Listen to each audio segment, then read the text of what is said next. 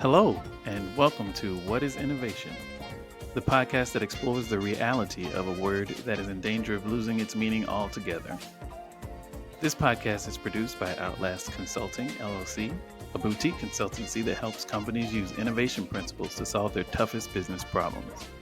I'm your host, Jared Simmons, and I'm so excited to have Johnmark Oudersluys. Johnmark Oudersluys is the Executive Director of CityLink Center in Cincinnati, Ohio. He's also a personal friend, and I am excited to welcome him to the show today. Welcome to the show, Johnmark. Thanks, Jared. Thanks for having me. All right. There's so many places we could go, and I'm excited about the conversation. You've done so many different things. Been a consultant. You've been in operations. You've worked at companies like Chiquita and a lot of other large companies. And I'm most intrigued and inspired by your nonprofit work, which is sort of where we met, and you've continued that work into this amazing organization you've built. And I'm excited to talk to you about your thoughts on innovation and explore a bit about CityLink and what you've got going on there. Awesome. So I like to kick off every conversation with the same question. What in your mind is innovation? I believe innovation is activating insights. Activating insights. Okay, tell me more about that. So I think that there's a lot of innovative ideas. There's a lot of innovative thoughts. For me, a lot of times, those insights have come from taking something you see in one place and reapplying it in a different way, in a different environment or different context, or taking two ideas and combining those into one. Mm-hmm. But I think the world has a tremendous amount of incredible ideas, but the activation of those and the action orientation around bringing those to fruition is where things go from a beautiful concept to difficult implementations. And so I think it's really around the activation where I see innovation go from the conceptual to the practical. Right. And in that definition of innovation, that activation, I'm a chemical engineer, can't shake it.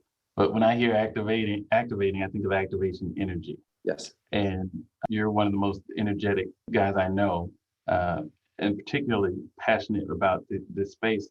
Tell me about the importance of energy in kind of activating those insights. Yeah, I think that I once heard a quote that the richest land in kind of all of the world are the grave sites, because there are so many unborn ideas that want to die there with people. And so I think one of the things that I've seen in my life, in a large part in the organization that we met at Get Back Cincinnati, in other areas, is a lot of times people either are overwhelmed by the complexity of a challenge that they're faced with, or are thinking at a scale which is just kind of very personal. And I think that there is a really unique space where you can see a opportunity. And what I've been really fortunate to be a part of is when you have a group of people come together, you can actually see large scale ideas take shape and come to fruition, and then continue to evolve and unfold in amazing ways. But if it just stays an idea in your head, to me, that's a great idea, but it's not innovative because it hasn't, like the rubber hasn't met the road. Right. Now, you and I have traveled the world together. We've built houses on multiple continents together. I'm thinking in particular about a specific day in the hot sun in Chechire, Ghana, where my body was saying, it's time to stop. We've moved enough bricks.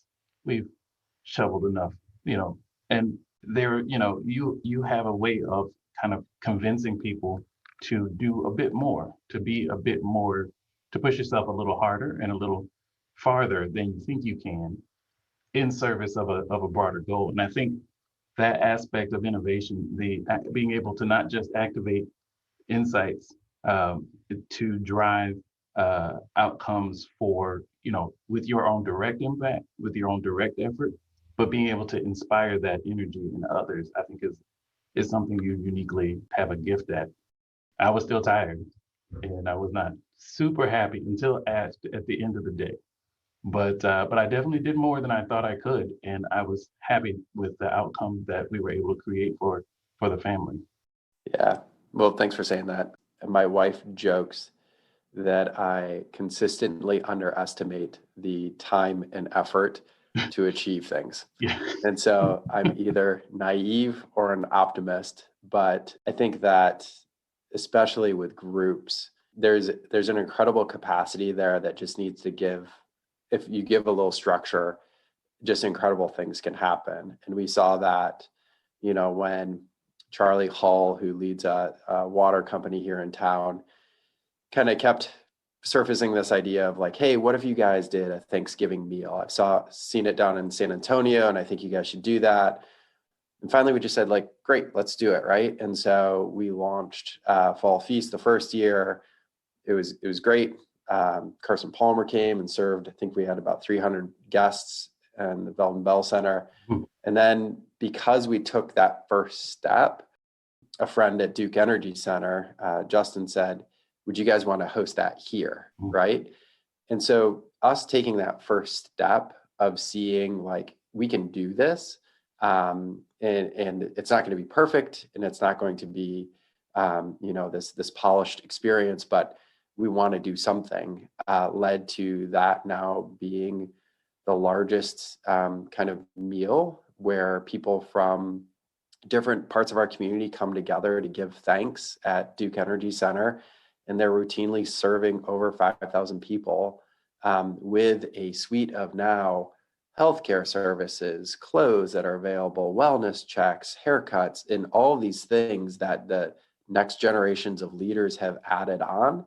But none of that would have been possible if that first group didn't take action, and if Charlie didn't have that idea and wasn't willing to put his own kind of skin in the game to make that happen. So I'm just a big believer in taking that first step in kind of moving forward. Wow. I remember the first Fall Feast. I did not realize it had grown to that magnitude. So I'm a little stunned and really excited to hear that, because it was a very small group that literally was putting up flyers and putting prints on the sidewalk to, lead people to this. I remember those nights. And in the complaints from the city manager. Yeah, exactly. Hey, to clarify, it was spray chalk, not spray paint that we were using. You want to make an omelet, you're gonna break some eggs. Exactly. So yeah, no, that's a great example of kind of getting the ball rolling, that inertia. Yeah. And letting it roll downhill. That's amazing. And one thing that I don't know if you experience with music, but I am a hack woodworker and welder. Mm-hmm. And there is this moment of resistance internally I face when finishing a project or product, because when it's conceptual, it's perfect, right? Mm-hmm. And it is beautiful, and it's going to function perfectly, and it's conceptual. And I found when I started building furniture that I would get to the point where I literally have all the cuts made and all the materials there, and I'm ready for final assembly. And I found myself like pausing and like not putting the kind of final assembly in place. And I had to like understand and confront what was happening. And I think the reality is, with everything I've ever built, I see all of the flaws once it's complete. Mm-hmm. And once you put it out in public, which just for me means my house, but I walk by and I can see like, that table leg is slightly off, or like, oh, wow, there's a gap in that tabletop. And when it's conceptual, it's perfect, right? Mm-hmm. And you can think and talk about like, oh yeah, I'm going to build this tabletop and it's going to be beautiful and blah, blah, blah, blah, blah. Once it's made, all of the flaws of your creation are put out there. And so one of the things I've had to overcome is not letting perfection, the pursuit of new creations, new creativity, new ventures or new programs, Mm-hmm. and recognize that we're going to put something out, and it's not going to be perfect, but it's going to be a start, and we can build from there. Mm. Yeah, well said. Well said. Thinking about the table in your house, I cannot imagine walking past that and seeing a flaw. It's just a stunning piece of art. When I look at it, I see the wood grain, the texture, the curves, the lines, the shapes, and I just can't even imagine even trying to find a fault in it. But the way I can relate to what you're saying perfect example is through music. My challenge with music is kind of the opposite. It's that it's gone. Like when you're doing live music, when you're in front of an audience, that note, you can't go back and fix that note or that word, the lyric or the key that you missed, the chord that you played incorrectly. It's out there and you can't back the train up and unsing it or unplay it. Yeah. So I'm hearing my mistakes while I'm still moving on to the next thing.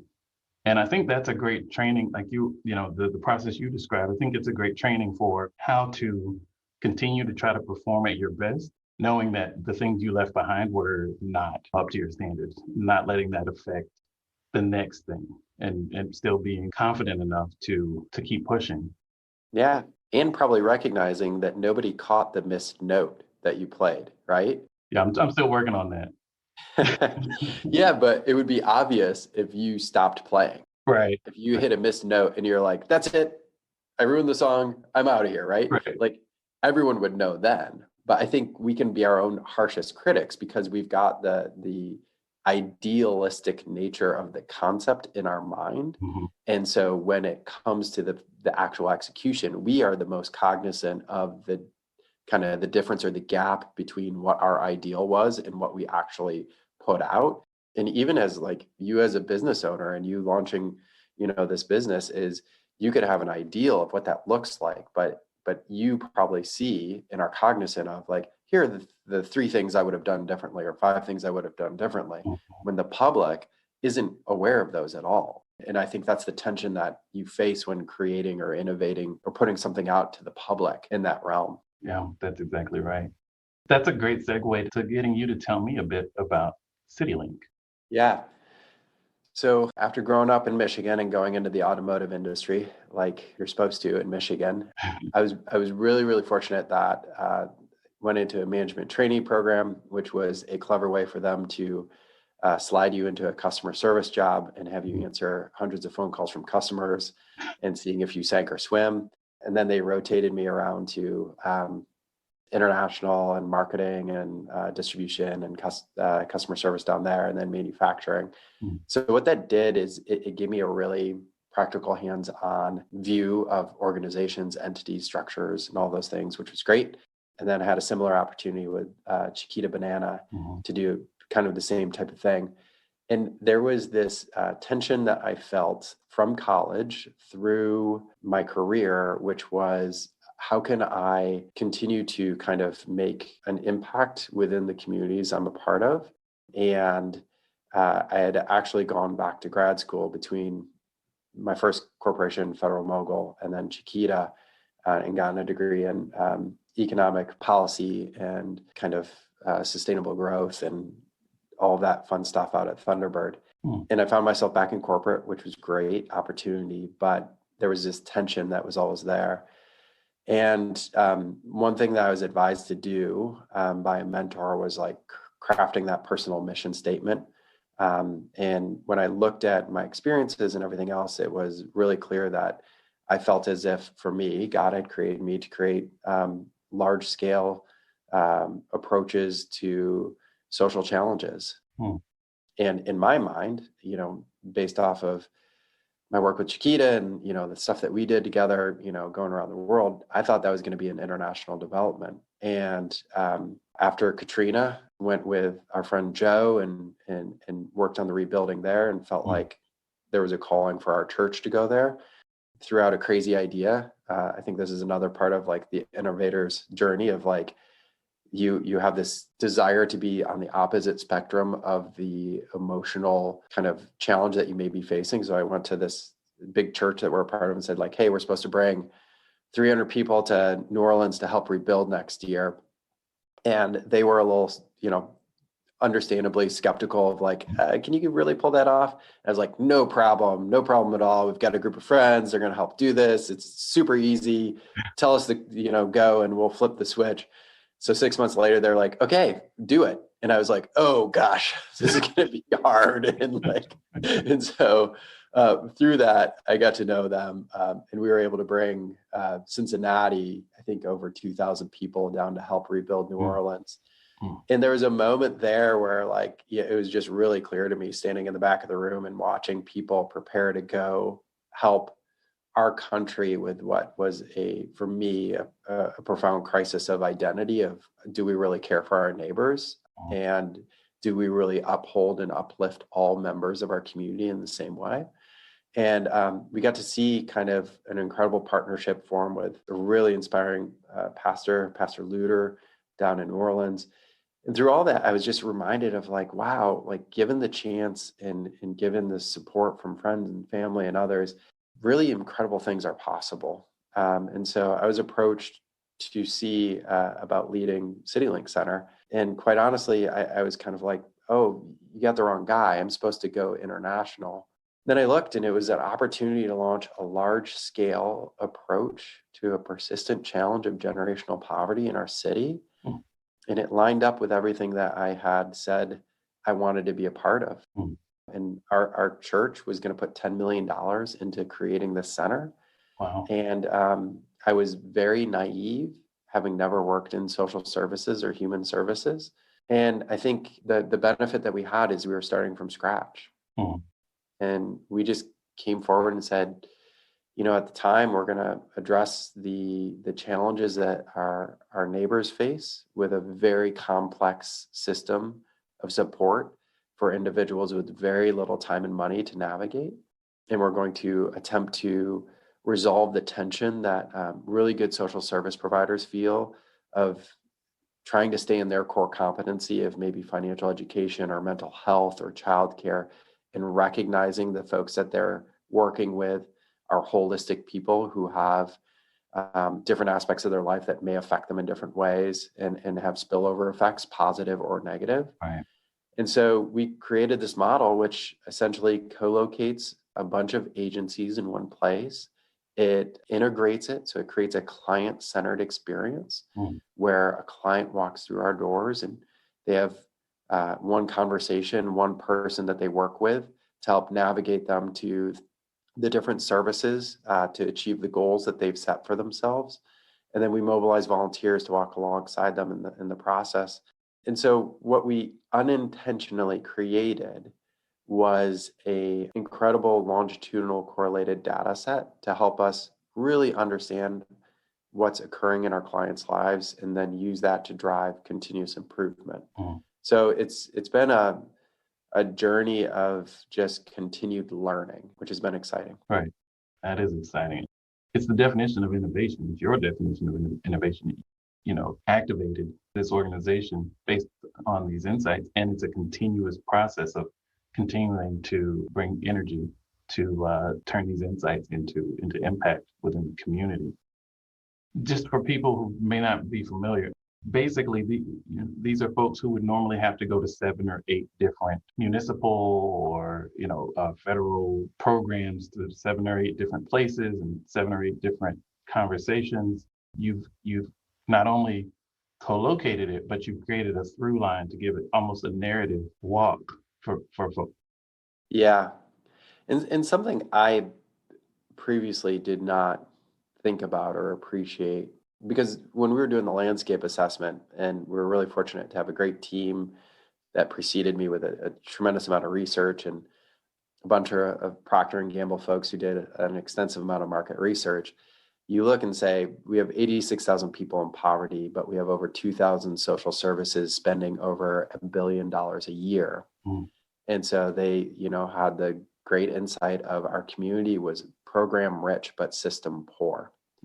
And the insight that I think everyone can relate to is we're asking individuals to go from place to place, walk into strangers and say, this is why I need your help.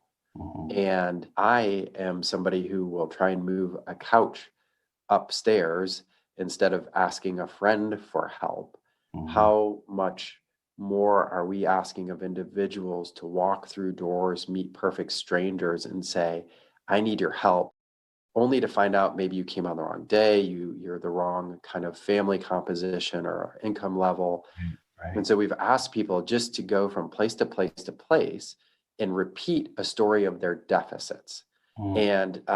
And that can lead to just this emotional resignation of, these organizations aren't really there to help me, and this is just too complex, and my life can't really change. And so the whole foundation of our launch was that we wanted to create that client-centered process where they come through and they just have one conversation. And so we were able to aggregate the qualifying criteria across the 14 agencies in-house, collect that information once, have them sit down with one person who's on our team, a service coordinator, have that conversation once. And so what we're really trying to do there is bring a level of honor and dignity and respect to individuals to prevent them from having to, one, navigate the geographic kind of barrier that you described. It would take somebody over 7 hours to get to all the agencies that are inside this building. Oh, And two, the emotional barriers of really just telling your story over and over to strangers. right. So that was our original kind of founding premise of why we were launching this model. Fascinating. So what's next for CityLink? We're talking about innovation, we're talking about moving things forward, but what's next? Yeah, there's a great article we read. It was about the kind of data and analytics revolution that took place in baseball, and it was called How the Curious Won. Mhm. And I think that we, again, didn't know what we didn't know when we entered this space. And so our premise was we've got all the right ingredients in town, and we just need to pull them together in a different context in order to better serve our clients. What I've come to appreciate and believe is that we've got some fundamental issues with our sector as a whole. Mhm. Um, and the organization that you and I have been a part of, called Praxis, Mhm. labeled this as two fundamental flaws in the nonprofit structure: the stakeholder gap, which is our clients are not our paying customers. Mhm. And so therefore we are shielded in the nonprofit sector from the market forces that would typically drive innovation and typically drive efficiencies. You can have a nonprofit who doesn't have good outcomes survive for decades because they tell a good story and they show a lot of activity. So it'd be like a burger joint that, buys a lot of ingredients and flips a lot of burgers, doesn't have any sales, and but has a great PR campaign, Yeah. and somehow some independent third party is just funneling cash to them, even though the needs aren't being met and aren't being satisfied. Mhm. So that's a real fundamental flaw, and it goes hand in hand with the other piece that they identified, which is the nobility trap, which says, "Hey, Jared, you're a harsh business person. I am an enlightened social worker and leading a social service agency. So you shouldn't ask me hard questions Mhm. because I've dedicated my life to this." So we've lost two things that can drive innovation.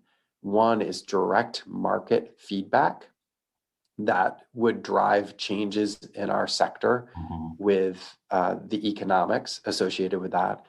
And then two is kind of the competition and constructive feedback and criticism that you see happen in the marketplace through market forces and just through the clarity of understanding what your goal is. Right.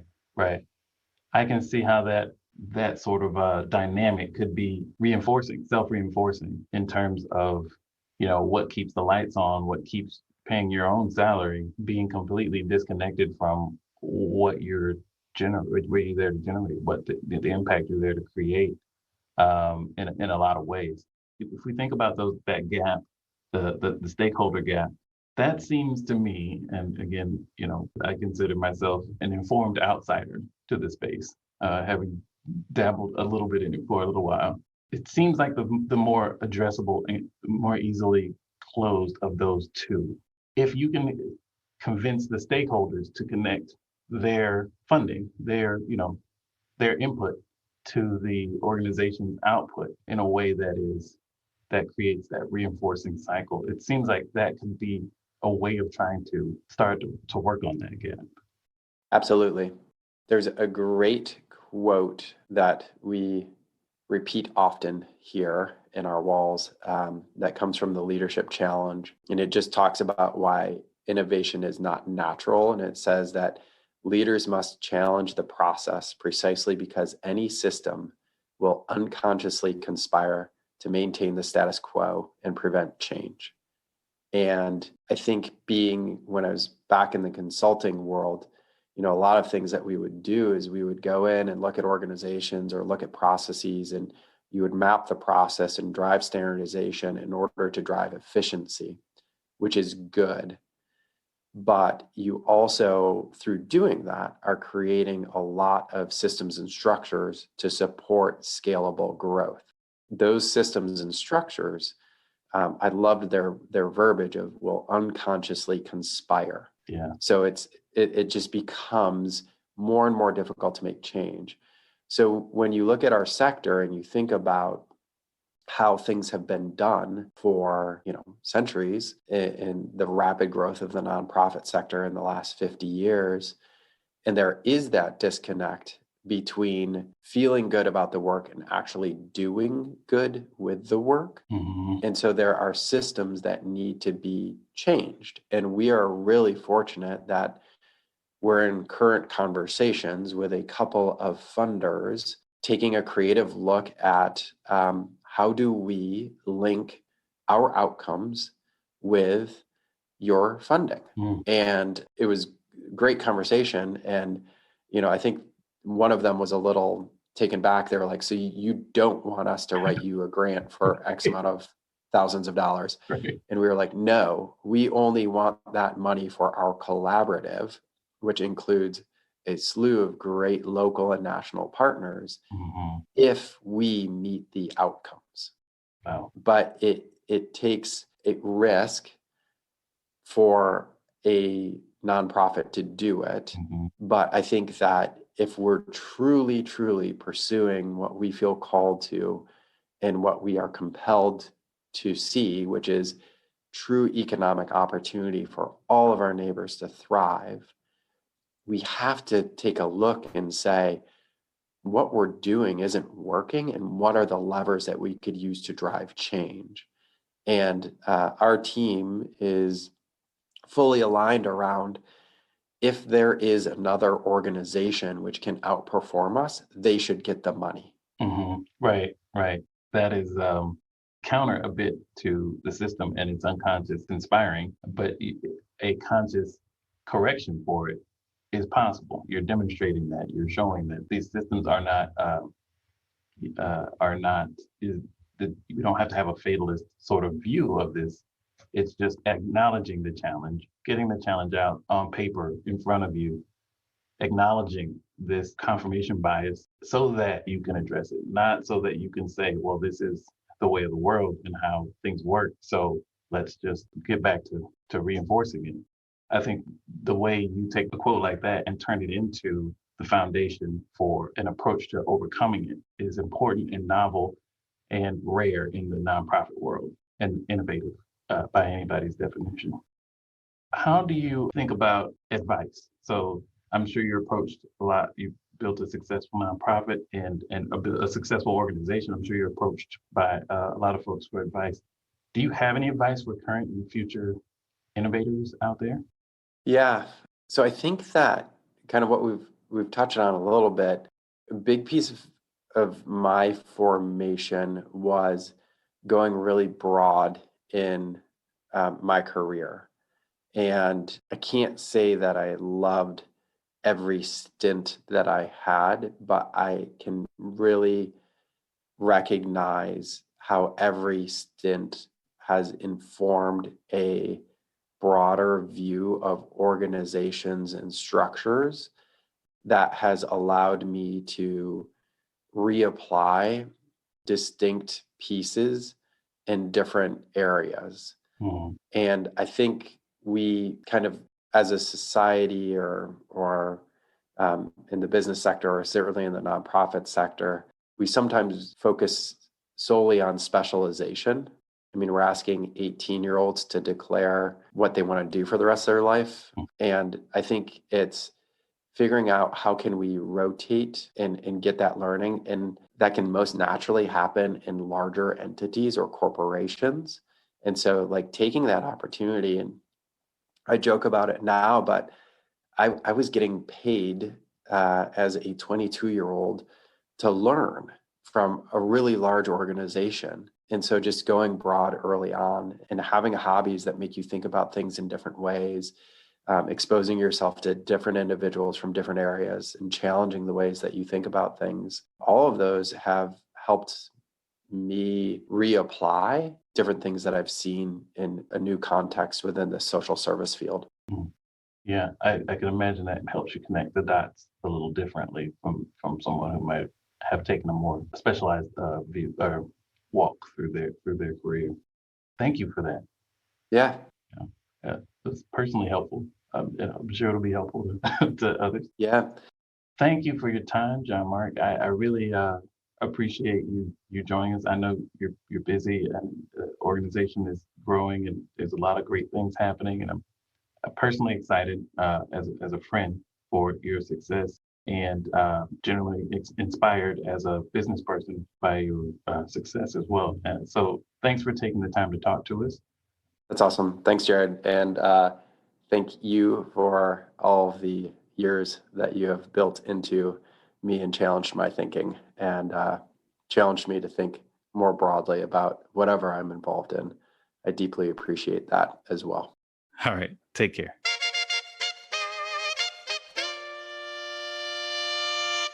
We'd love to hear your thoughts about this week's show. You can drop us a line on Twitter at Outlast LLC, OUTLAST LLC, or follow us on LinkedIn where we're Outlast Consulting. Until next time, keep innovating, whatever that means.